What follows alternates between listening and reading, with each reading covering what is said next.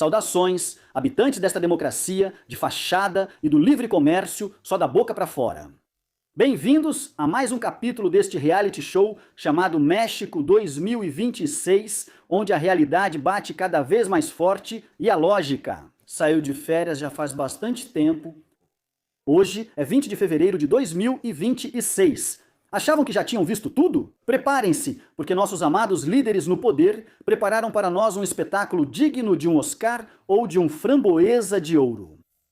Vocês já sabem que este cantinho é o refúgio onde a ironia e o sarcasmo são o único escudo contra a cara de pau oficial. Hoje veremos uma dessas histórias que tornam as coletivas matinais contos de fadas para crianças dormirem.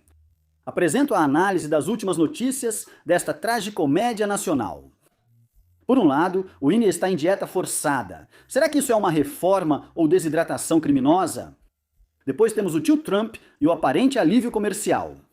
Por fim, e que prato principal, o condado contra-almirante, o roubo de combustível e o silêncio dos inocentes de uniforme. Vamos nessa! Acontece que nos corredores de San Lázaro, esse recinto sagrado, onde a vontade do povo é cozida em fogo baixo, com muita manteiga.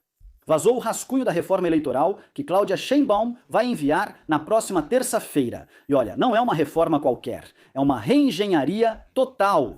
Tradução para quem não fala o dialeto burocrático. Vão dar uma enxugada de 70% no INE. Sim, ouviu bem. Basicamente, querem que o Instituto Nacional Eleitoral organize as eleições de 2027 com 3 clipes, um grampeador sem grampos e a boa vontade dos servidores da nação. Qual o plano por trás desse corte brutal? A versão oficial alega austeridade, conceito que só vale para o que incomoda o governo.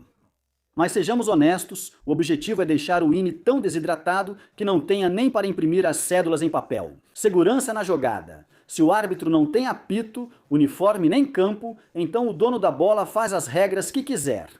E a desculpa? Dizem que o INE é caro, claro, comparado com os bilhões que evaporam em outros projetos que não funcionam. Órgãos que garantem que seu voto conte são um luxo que não podemos ter. A oposição, que mais parece um clube de leitura do que força política, afirmou que isso tenta sufocar a operacionalidade eleitoral. Não me digam que perspicazes. Enquanto isso, a sociedade civil faz marchas ignoradas pelo governo. Com o mesmo sorriso de sempre, vamos mudar de canal para a nossa sessão favorita, nosso relacionamento tempestuoso com o vizinho do norte. Acontece que em uma reviravolta que nem os roteiristas de Hollywood teriam imaginado, a Suprema Corte dos Estados Unidos acabou de dar um revés no próprio Donald Trump. Declararam ilegais as tarifas globais que o lourinho impôs com tanto orgulho.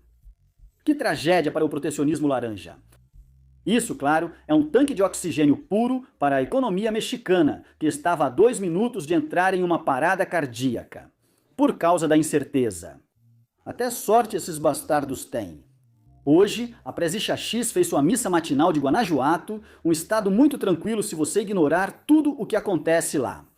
Ao receber a notícia da decisão, ele vestiu seu traje de estadista. Com cautela comemorou, mas com o freio de mão puxado. Disse que vai revisar os alcances jurídicos. Ou seja, ele não quer comemorar antes da hora, antes que Trump solte outra mensagem, ignorando completamente a decisão. Cláudia destacou que o México fechou 2025 como o principal parceiro comercial dos Estados Unidos, exportando a quantia modesta de 534 bilhões de dólares. E aqui vem a frase do dia.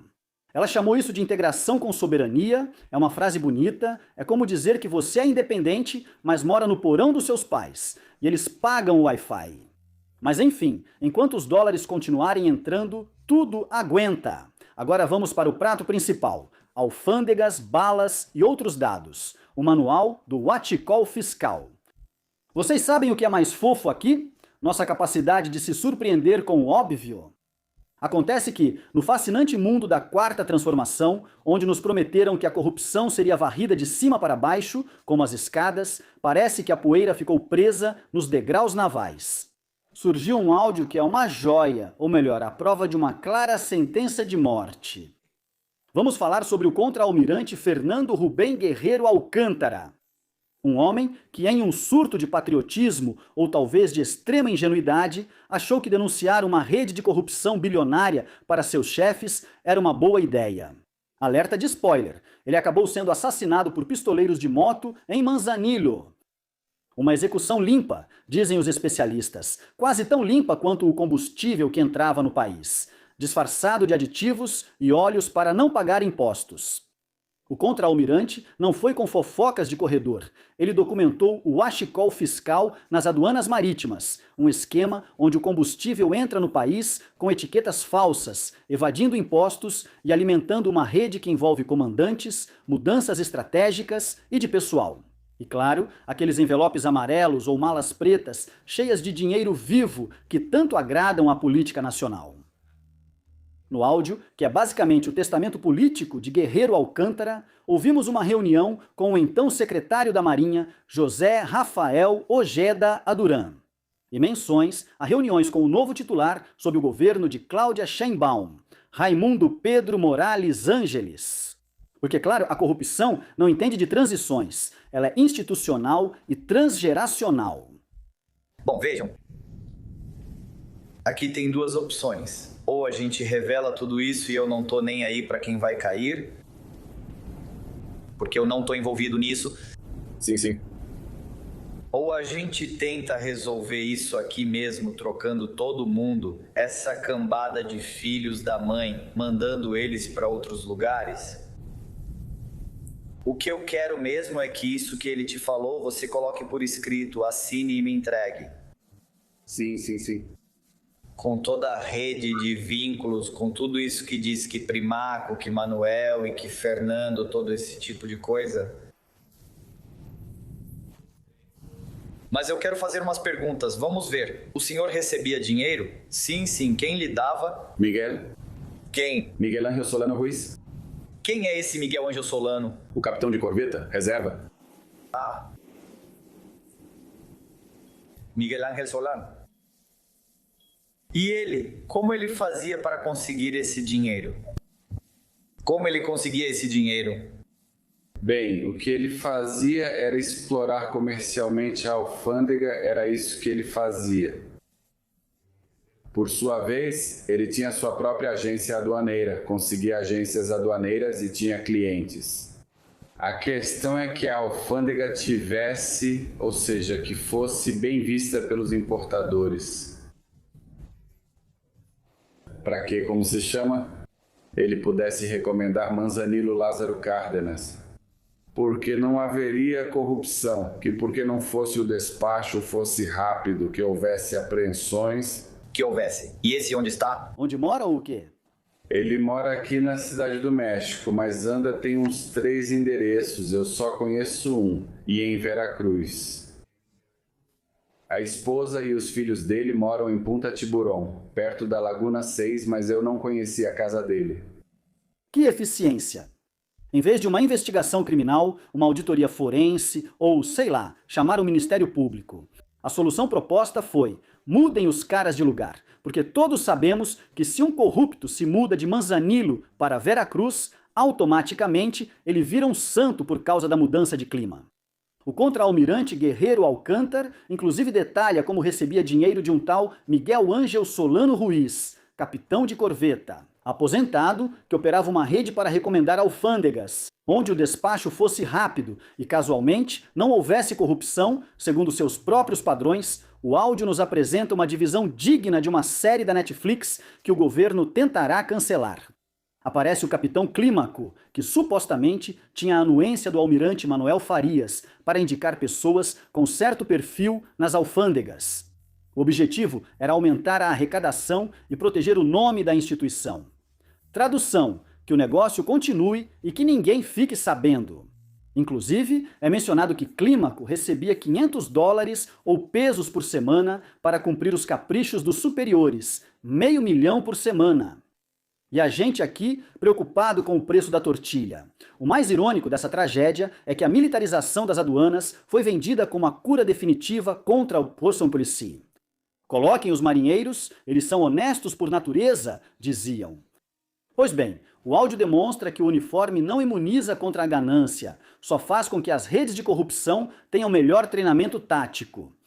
O contra-almirante entregou seu uniforme, assinou sua denúncia e, semanas depois de se reunir com os mais altos comandantes do atual governo, foi silenciado permanentemente. Tudo ao mais puro estilo da máfia italiana. Faça parecer um acidente. A mensagem para qualquer outro oficial que queira limpar a casa é clara. O silêncio é vida. A verdade é um bilhete só de ida para o cemitério. Em resumo, isso é um dia normal no hospício. Temos um governo que quer economizar na democracia para gastar, bem, no que eles decidirem, sem que ninguém os vigie. E do outro lado, dependemos que os juízes de outro país coloquem limites em um presidente que nos usa como pinhata. E por outro lado, temos mais uma mancha no tigre, ou melhor dizendo, mais uma mancha de petróleo no uniforme branco da Marinha. Enquanto dizem que a corrupção acabou, os áudios dos mortos mostram que ela está mais ativa e lucrativa do que nunca. Assim estão as coisas, nesse México lindo e querido, onde a lógica é o inimigo número 1 do Estado. Não se preocupem, pois enquanto houver coletivas matinais, teremos motivos para rir.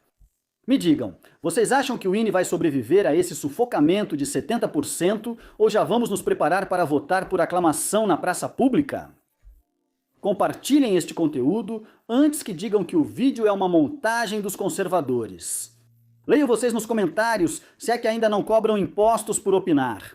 Eu me despeço, não sem antes lembrar a vocês que neste país, às vezes a única forma de ser ouvido pelos de cima é através de um processo que ninguém mais pode encerrar. Nos vemos na próxima edição dessa realidade que supera a ficção, na segunda-feira. Lembre-se que você pode fazer suas doações via PayPal. Encontre as informações correspondentes na caixa de comentários. Graças a você, este canal continua ativo. É muito importante se inscrever, dar like e apertar o sino para receber notificações sempre que houver novo conteúdo. Obrigado.